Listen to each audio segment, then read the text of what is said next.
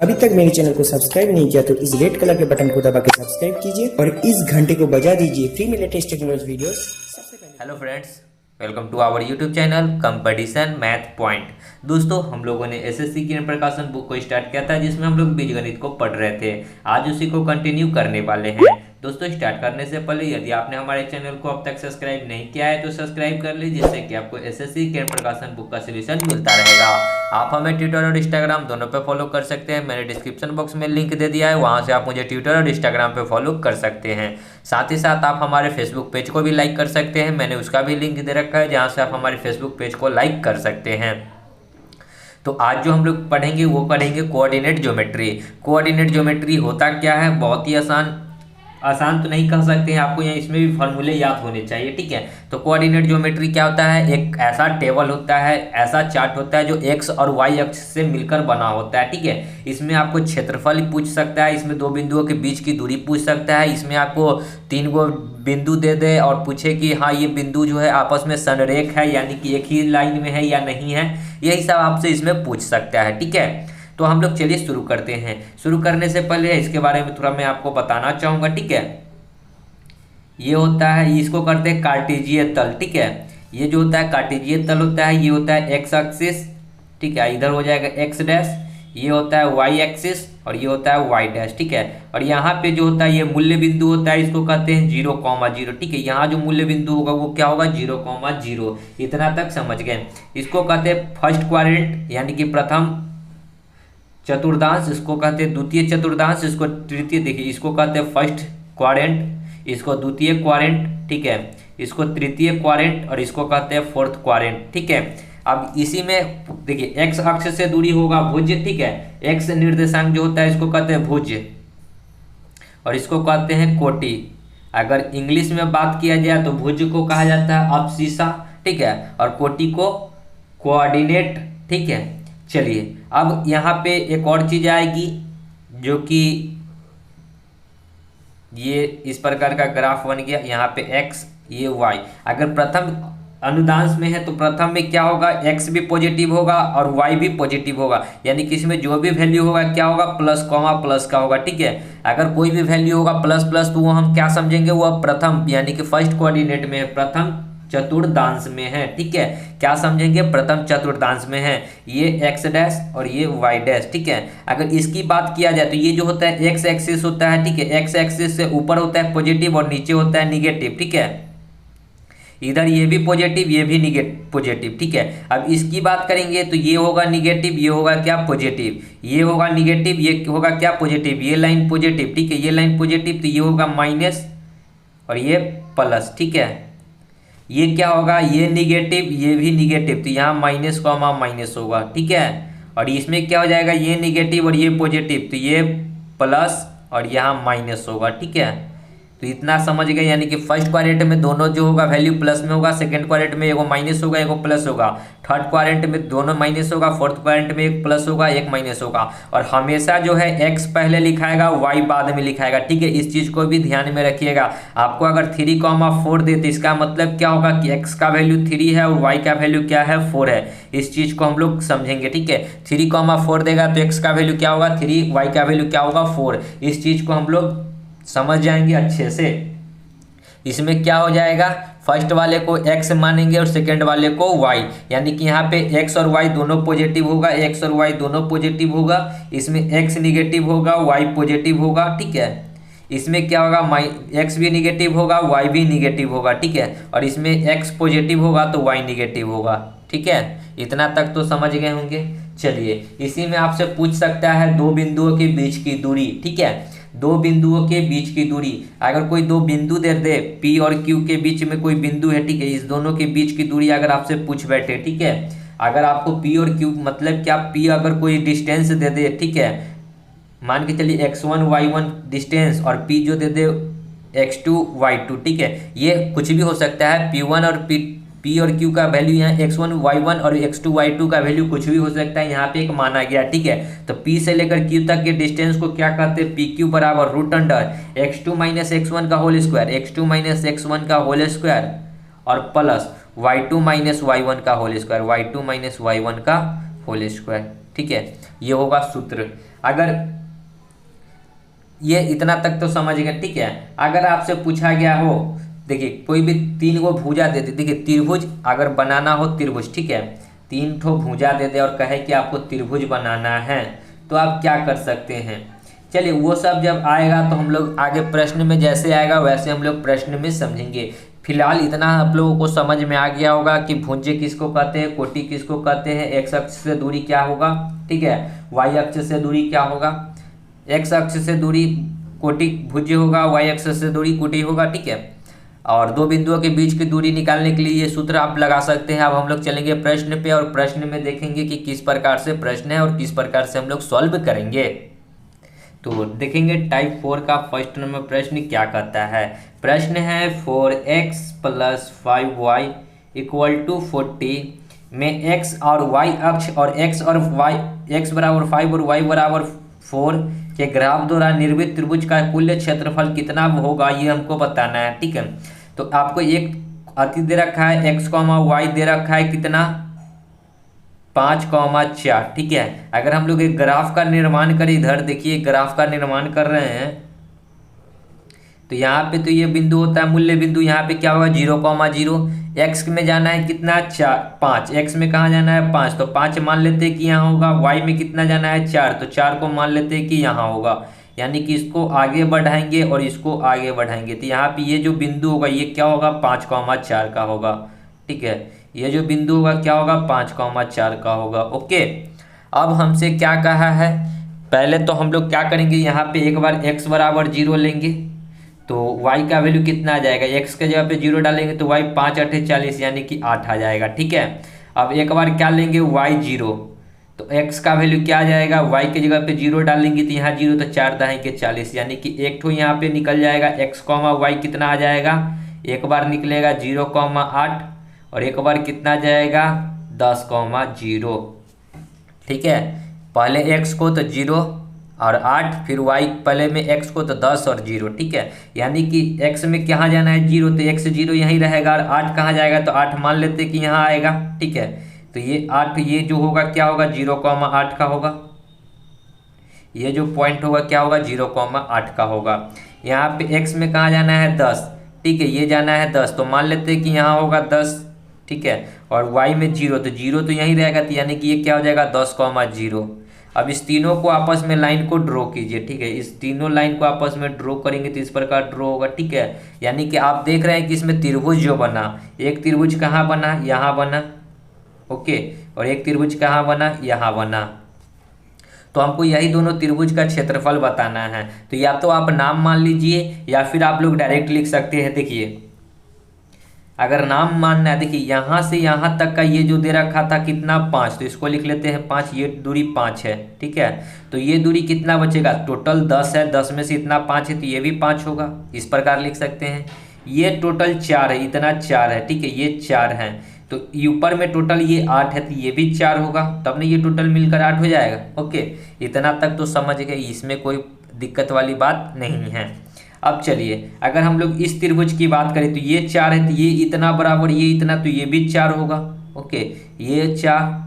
तो हम लोग इस त्रिभुज का क्षेत्रफल निकाल सकते हैं। ये कौन सा त्रिभुज बन रहा है, राइट एंगल ट्रायंगल समकोण त्रिभुज, ठीक है। तो समकोण त्रिभुज का क्षेत्रफल, पहले इस वाले त्रिभुज का क्षेत्रफल निकालते हैं। समकोण त्रिभुज का क्षेत्रफल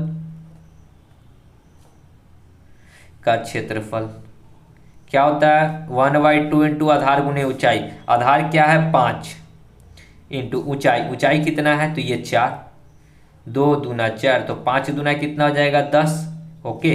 तो इस वाले त्रिभुज का क्षेत्रफल कितना आ गया 10, और एक त्रिभुज आपको ऊपर में भी दिख रहा है यहाँ पे, ठीक है। तो यहाँ पे अगर ये 5 है तो ये भी 5 होगा, तो यहाँ भी फॉर्मूला लगेगा 1/2 इंटू, तो 1/2 इंटू आधार गुना ऊंचाई। आधार कितना है तो ये 5 और ऊंचाई कितना है तो ये 4, यानी कि 2 दूना 4, यानी कि यहाँ भी 10 आ जाएगा क्षेत्रफल। और दोनों त्रिभुज के क्षेत्रफल को जोड़ दीजिए तो त्रिभुज 1 और त्रिभुज 2, इसको 1 मान लीजिए, इसको 2 मान लीजिए, तो त्रिभुज 1 प्लस त्रिभुज 2, यहाँ 10 यहाँ 10, 10 10 10 कितना हो जाएगा 20, यानी कि कितना हो जाएगा 20, ऑप्शन नंबर 2, ठीक है।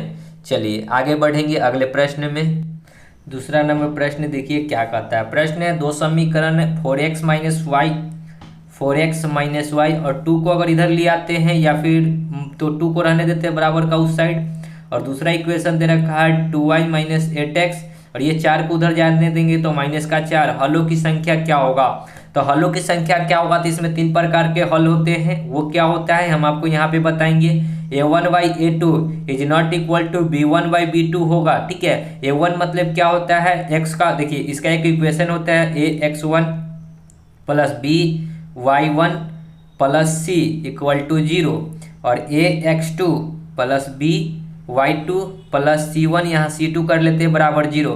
यानी कि यहाँ से आप लोग समझ सकते हैं कि a क्या होता है, b क्या होता है और c क्या होता है, ठीक है। a1/a2 is not equal to मतलब कि ये दोनों आपस में बराबर नहीं होगा, तो कितना हल निकलेगा, एक हल, सिर्फ एक हल, ठीक है, एक हल। ओके, अगर यहीं पे हो जाए a1/a2 is equal to b1/b2 is equal to c1/c2, यानी कि तीनों जो है आपस में बराबर हो जाए, a1/a2 बराबर b1/b2 बराबर c1/c2, तो कितना हल होगा, अनंत। अनंत मतलब क्या, बहुत सारे हल पॉसिबल है, इसका कोई लिमिट नहीं है, ठीक है। और एक हल हो गया, यहाँ पे सिर्फ एक हल निकलेगा, एक और केवल एक हल, यहाँ अनंत हल। लेकिन एक कंडीशन और होता है कि a1/a2 is equal to b1/b2 is not equal to c1/c2, तो कितना हल होगा, एक भी नहीं। कितना हल होगा, एक भी नहीं, ठीक है। जब दो को बराबर और लास्ट वाला बराबर ना हो तो कितना हल होगा, एक भी हल नहीं, ठीक है। तो हम लोग चेक करेंगे। सबसे पहले a1/a2, a1 क्या होता है, a1 क्या होता है, x का कोफिशिएंट, यहाँ पे देखिए इस उल्टा लिखा गया, ठीक है, a1 b1, ठीक है, ये x नहीं होगा, यहाँ a2 यहाँ b2, ठीक है। तो a1 क्या होता है, x का कोफिशिएंट, ऊपर में फर्स्ट का x का कोफिशिएंट है 4, बट्टा में क्या है, x का कोफिशिएंट, यहाँ पे देखिए माइनस का 8 है, x का कोफिशिएंट माइनस का 8 बराबर b1y, y का कोफिशिएंट देखिए कितना है, माइनस का 1 है, और नीचे में कितना है, 2 है, बराबर c1 कितना है, 2, इधर कितना है, माइनस का 4। अगर हम लोग इसको काटेंगे तो यहाँ 1 यहाँ 2, यानी कि 1/2 बराबर माइनस का 1/2, इधर भी बराबर, यहाँ भी काटेंगे तो 1/2 माइनस का 1/2, 1/2 1/2 1/2, तीनों बराबर है, तीनों बराबर है। देखिए तीनों आपस में बराबर है, तो तीनों आपस में बराबर के लिए कितना हल होगा, अनंत हल। तो हलों की संख्या कितनी होगी, अनंत। देखिए ऑप्शन नंबर 4 हो जाएगा, असीम, ठीक है। असीम मतलब क्या, अनंत, बहुत सारे हल पॉसिबल है। ओके, चलिए आगे बढ़ेंगे। 3 नंबर प्रश्न है, दो बिंदु मान लेते हैं, बिंदु 1 P,5 मतलब P बिंदु है, और एक Q बिंदु मान लेते हैं x,0 के बीच की दूरी 13 एकक है, 13 एकक है। तो x किसके बराबर होगा, मतलब ये दूरी दे रखा है, तो दूरी का सूत्र क्या होता है, root under x1 minus x2 या फिर x2 माइनस x1, तो x में से 0 जाएगा तो x² होगा, प्लस 5 में से 0 जाएगा तो 5 का होल स्क्वायर होगा, बराबर दूरी कितना दे रखा है, 13, तो बराबर हो जाएगा 13। ये रूट इधर आएगा तो स्क्वायर में बदल जाएगा, तो x² बराबर 5 का स्क्वायर 125 बराबर 169 हो जाएगा, 13 का स्क्वायर, 1x² बराबर 169 माइनस में 125, x बराबर कितना हो जाएगा, 9 में से 5 जाएगा 4, 6 में से 2 जाएगा 4, यानी कि कुछ नहीं, ये रूट में चढ़ जाएगा 144, ठीक है। रूट अंडर 144 का मान कितना हो जाएगा, रूट अंडर 5 का स्क्वायर 25 होता है, सॉरी, ठीक है, 5 का स्क्वायर 25, तो यहाँ 25 घटेगा तो यहाँ 1 आ जाएगा। 144 मतलब कितना, 12 का स्क्वायर 144, तो आंसर कितना होगा, 12। और 12 क्या होगा, प्लस माइनस में होगा, ठीक है, 12 क्या होगा, प्लस माइनस में होगा, क्योंकि रूट से बाहर जब भी निकलेगा तो वो क्या होगा, प्लस माइनस में आएगा, ठीक है। ये इसको प्लस माइनस में, चलिए समझ गए। आगे देखिए 4 नंबर प्रश्न है, दो रेखाएं 5x प्लस 7y बराबर 35 है, ठीक है। 5x प्लस 7y बराबर 35 है। दूसरा इक्वेशन दे रखा है 4x plus 3y equal to 12। आपसे पूछा है x अक्ष से बनने वाले त्रिभुज कितना होगा, x अक्ष से मतलब क्या, y 0 होगा। x अक्ष से पूछा है तो y क्या होगा, 0 होगा। तो y 0 होगा तो फर्स्ट ऑफ ऑल अगर इसमें हम लोग y को 0 करते हैं तो यहाँ पे 0 पुट करेंगे तो ये 0 हो जाएगा, तो 5 7 35, तो x का वैल्यू क्या आ जाएगा, 7। देखिए ना, यहाँ पे y की जगह पे 0 डाले तो ये तो टर्म 0 हो गया। यहाँ पे अगर हम लोग डालेंगे तो ये 5x बराबर हो जाएगा 35, तो 5 से 35 कट जाएगा, 7 पचे 35, ठीक है। दूसरा इक्वेशन में अगर यहाँ पे y को 0 डालेंगे, ठीक है, दूसरा में भी y को 0 डालेंगे तो x कितना आ जाएगा, तो देखिए x कितना आ जाएगा 4 तिहाई 12, x कितना आ जाएगा 3 आ जाएगा, ठीक है। अब हमसे पूछा है तो हम लोग एक ग्राफ बनाते हैं इस प्रकार का, ठीक है। ये होगा x, ये होगा y। अब चलिए, अब ग्राफ जब बना लिए तो हमसे पूछा है हम लोग क्या करेंगे, एक बार ये x पे जाएंगे 7, तो मान के चलिए कि इसके बीच में गैपिंग होता है, ठीक है, जो काउंटिंग होता है कुछ सेम डिस्टेंस का। तो हम लोग यहाँ पे अगर गैपिंग को ना लिख कर डायरेक्ट लिख ले कि ये इतना तक होगा 7, यहाँ से यहाँ तक का जो दूरी होगा ये 7 होगा, यानी कि इसको हम लोग लिख सकते हैं 7,0, या फिर यहाँ से यहाँ तक के ये टोटल डिस्टेंस को हम कह सकते हैं कि 7 है, ठीक है। दूसरा जो है 3,0, तो मान लेते हैं कि 3 यहाँ होगा, इसको कर सकते हैं 3,0, यानी कि एक बिंदु ये हो गया और एक बिंदु ये हो गया। अब हमसे कहा है कि बने त्रिभुज का, कहाँ, त्रिभुज का। तो त्रिभुज बनाने के लिए कहीं ना कहीं हमको 3 बिंदु की जरूरत होगी, क्योंकि त्रिभुज जो है कहीं ना कहीं 3 बिंदुओं से मिलकर ही बनेगा, क्योंकि इस दोनों लाइन को इस प्रकार मिलाएंगे तो तीसरा लाइन इधर कहीं होना चाहिए, तब नहीं इस तीनों को मिलाएंगे तो त्रिभुज का निर्माण होगा। ओके, चलिए, तो त्रिभुज का निर्माण करने के लिए इस दोनों इक्वेशन से हम लोगों को क्या निकालना होगा, y निकालना होगा।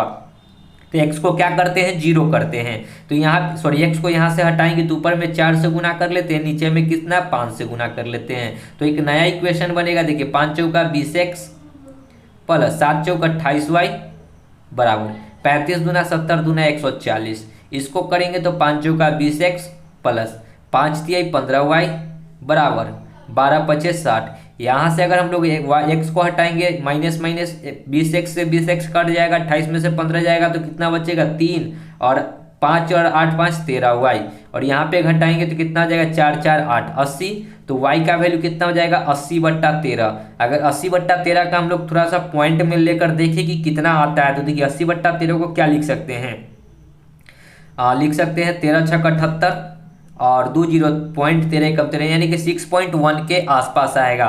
तो ये y में है, ठीक है, तो x कितना हो जाएगा 0 हो जाएगा, ठीक है, x कितना होगा 0 होगा, तब ना y में जाएगा। तो y कितना आएगा, तो y मान के लीजिए कि यहाँ पे होगा ये पॉइंट जो कि 6 का होगा, इसको हम लोग लिख सकते हैं 80/13 का, ठीक है। ये क्या होगा पॉइंट 80/13 का, यानी कि इस पॉइंट को अगर हम लोग डॉटेड लाइन से आगे बढ़ाते हैं, ठीक है, तो इसके बीच में यहाँ पे ये पॉइंट को अगर हम लोग देखिए इस पॉइंट को तीनों को आपस में मिला लेते हैं, ठीक है, इस पॉइंट को आपस में मिला लिए और इसके बीचों बीच एक लाइन ड्रॉ कर लेते हैं। लाइन क्यों ड्रॉ की, जो कि ये डिस्टेंस, ये 80/13 का मतलब क्या है कि ये डिस्टेंस बराबर ये डिस्टेंस हो जाएगा, यानी कि ये डिस्टेंस जितना है वही डिस्टेंस ये हो जाएगा, यानी कि इस डिस्टेंस का जो लंबाई हम लोगों को पता चल गया कितना हो गया 80/13, ठीक है। अब ये जो त्रिभुज हुआ, ठीक है, तो ये त्रिभुज का क्षेत्रफल आपको पता होगा कि क्या होता है, तो 1/2 आधार गुना ऊंचाई, ठीक है।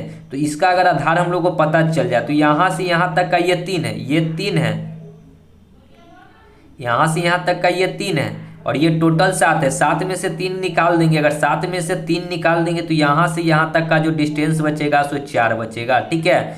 ये टोटल यहाँ से यहाँ तक का 7 है, 7 में से 3 को घटा देंगे तो यहाँ से यहाँ तक का जो डिस्टेंस बचेगा वो कितना बचेगा 4। तो क्षेत्रफल क्या होता है त्रिभुज का 1/2 into base into height, base कितना आ गया 4 इंटू हाइट कितना है ये हाइट, ठीक है 80/13।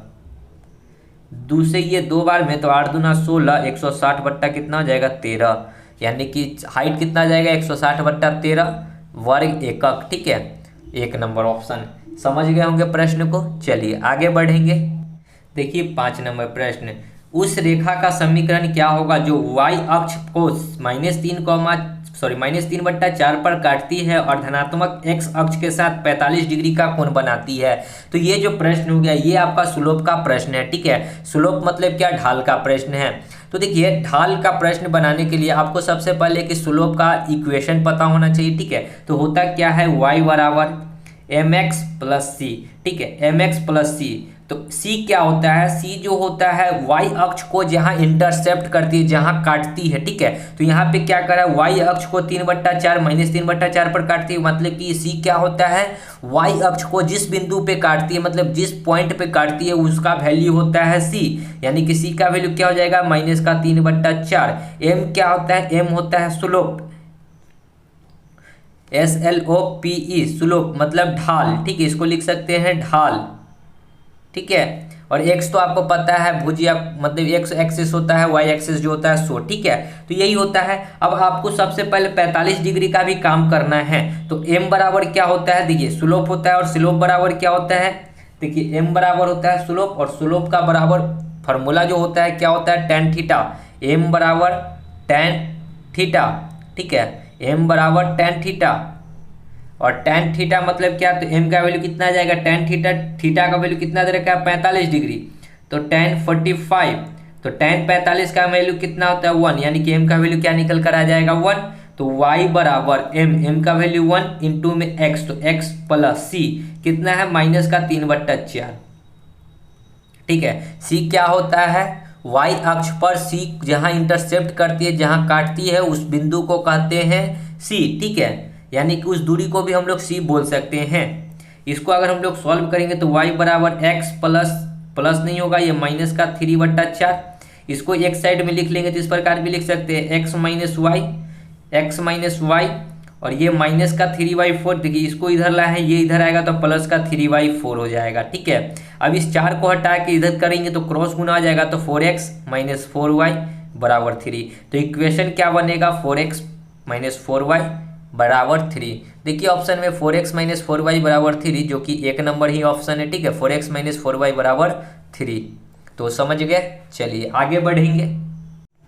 देखिए छठा नंबर प्रश्न, k के किस मान के लिए kx + 2y बराबर 2, 3x + y बराबर 1 के समीकरण की व्यवस्था संपाती होगी। संपाती मतलब क्या, एक दूसरे पे ओवरलैप करेगा, ठीक है। तो ओवरलैप करने के लिए क्या कंडीशन होना चाहिए, a1/a2 = b1/b2 = c1/c2, यानी कि तीनों क्या होगा, आपस में बराबर होगा, तब जाकर वह जो क्या होगा, ओवरलैप करेगा, यानी कि संपाती होगा, ठीक है। तो a1/a2, a1 किसका वैल्यू होता है, x का कोएफिशिएंट क्या है k/1/a2, सॉरी, ठीक है, a2 कितना होता है दूसरे वाले समीकरण का, यानी कि 3 बराबर b1 कितना है 2 बट्टा में b2 कितना है 1, इसी का वैल्यू पुट कीजिए, k बराबर कितना हो जाएगा 3 दूना 6, हमसे k का वैल्यू पूछा है तो ऑप्शन नंबर 4 हो जाएगा राइट आंसर। ओके चलिए आगे बढ़ेंगे।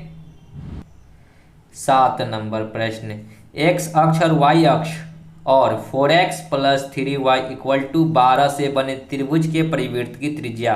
तो एक बार x बराबर कुछ लेंगे, यानी कि एक बार ये x बराबर 0 लेंगे तो y का वैल्यू क्या आ जाएगा, देखिए अगर x का वैल्यू 0 लेंगे तो यहाँ 0, यानी कि 3 चौका 12, तो y का वैल्यू कितना आ जाएगा 4।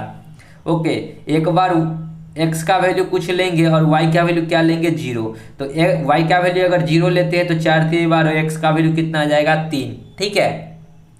अब एक ग्राफ बनाएंगे हम लोग, ठीक है,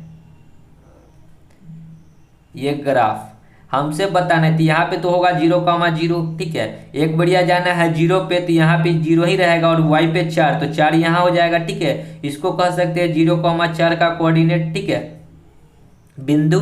दूसरा में जाना है 3, तो यहाँ पे हो जाएगा 3, और y 0 तो यहीं पे हो जाएगा, इसको कह सकते हैं 3,0, ठीक है।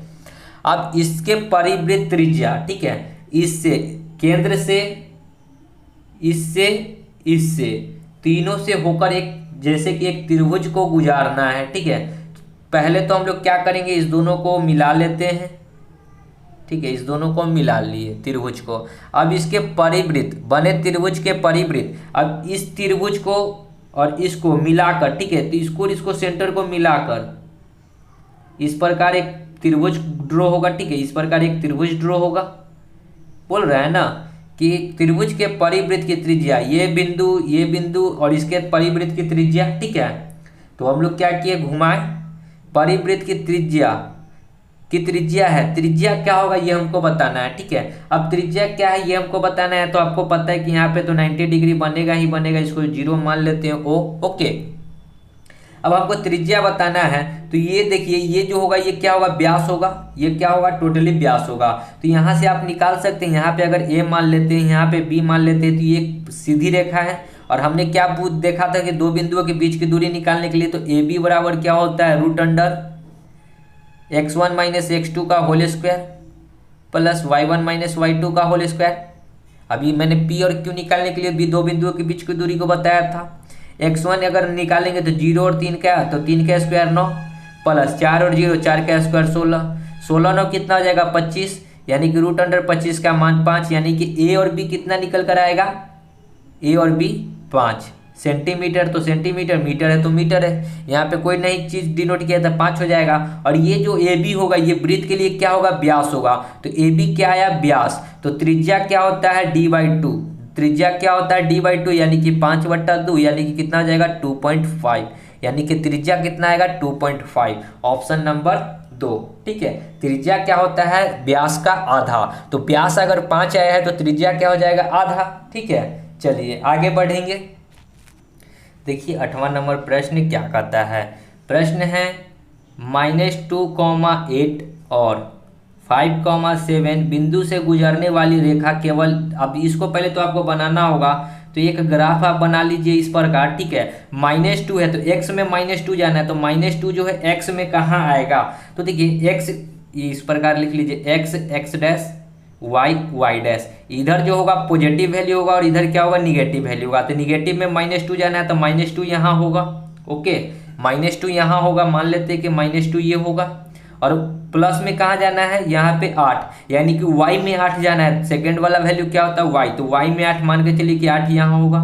इस दोनों को डॉटेड लाइन से आगे बढ़ाएंगे। ठीक है, तो ये कहीं ना कहीं ये बिंदु होगा क्या, -2,8 का, ये जो बिंदु होगा क्या होगा -2,8 का, ये वाला बिंदु होगा। ठीक है, अब चलिए दूसरा जो दिया हुआ है 5,7, 5 और 7 जो है कहीं ना कहीं क्या है, दोनों पॉजिटिव है, क्योंकि इसमें माइनस नहीं लगा हुआ है, दोनों पॉजिटिव है, तो फर्स्ट क्वाड्रेंट में होगा, यानी कि x में 5 तो 5 कहीं ना कहीं यहाँ ले लेते हैं, y में 7 तो 7 कहीं ना कहीं यहाँ होगा, एक थोड़ा सा नीचे, इस दोनों को यहाँ मिलाएंगे तो ये हो जाएगा, यानी कि ये जो लाइन होगा ये किसका होगा 5,7 का होगा। ठीक है, अगर आप इस दोनों को मिलाएंगे, इस दोनों लाइन को मिलाएंगे तो इस प्रकार का ये लाइन ड्रॉ होगा इस प्रकार का। ठीक है, अब ये जो लाइन है, ये जो लाइन ड्रॉ हुआ तो ये किसको काटेगी, देखिए यहाँ पे तो ये x कटेगा ही कटेगा, ये y जो है कट गया। ठीक है, ये y अक्ष तो कट चुका है यहाँ पे, अब ये जो है ये कहीं ना कहीं देख रहे हैं कि ये ढाल टाइप का बन चुका है, ये थोड़ा सा स्लोपिंग हो रहा है, तो ये कहीं ना कहीं ये कुछ दूर जाकर ये जैसे कि एक्स एक्स देखिए ये इन्फिनिटी तक आगे बढ़ेगा।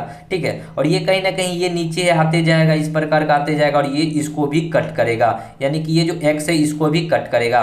ठीक है, तो y तो पहले ही यहाँ पे काट दिया और ये x को भी यहाँ काट रहा है, यानी कि x और y दोनों को काटेगी, तो क्या होगा ऑप्शन में, केवल y अक्ष को काटती है, नहीं ये केवल y अक्ष को नहीं काटेगी, क्योंकि इस जब लाइन को हम लोग आगे ड्रॉ करेंगे ये कहीं ना कहीं आगे जाकर x एक्सिस को भी काटेगी। ठीक है, दोनों अक्ष को काटेगी, जी हाँ दोनों अक्ष को काटेगी, एक अक्ष को नहीं, ये दोनों अक्ष को काटेगी, x को y को तो यहाँ पे काट चुकी है। अब दूसरा जो है ये जो है x लाइन, तो ये कहीं ना कहीं देख रहे हैं कि ढाल की टाइप की है, मतलब कि स्लोप है इस प्रकार का है। ठीक है, तो कहीं ना कहीं ये x को काटेगा ही काटेगा। ठीक है, चलिए आगे बढ़ेंगे। देखिए 9 नंबर प्रश्न क्या कहता है, प्रश्न है बिंदु S और U के जोड़ने वाले खंड को बिंदु T किस अनुपात में विभाजित करती है। तो देखिए दो को बिंदु दे रखा है, यहाँ पे S है और यहाँ पे U है। ठीक है, यहाँ पे बिंदु जो है 4,-2 है और यहाँ पे U जो है 1,4 है। इसको जो है m/n में विभक्त करती है, क्या विभक्त करती है m/n, लेकिन यहाँ पे कह रहा है कि t में विभक्त करती है, जिसका कोऑर्डिनेट है 3,0। तो इसके लिए एक सूत्र होता है, आप लिख सकते हैं। देखिए यहाँ से अगर हमको निकालना है कि वो जो जोड़ने वाली रेखाखंड किस अनुपात में विभक्त करती है, अनुपात निकालना है, तो हम लोग यहाँ पे देखिए y 0 है तो इसको निकालने की जरूरत नहीं है, x से ही मेरा काम चल जाएगा। ठीक है, तो x1 बराबर होता है x1 नहीं x बराबर, ठीक है mx2 प्लस nx1 बट्टा में m+n। ठीक है, यही होता है। अगर y की चर्चा करेंगे तो यहाँ 0 होगा। ठीक है, इसको भी अगर करेंगे तो हमारा आंसर आना ही चाहिए। ठीक है, y बराबर क्या हो जाएगा my2 प्लस n y1 बट्टा m+n। हम लोग देखते हैं दोनों को ट्राई करके।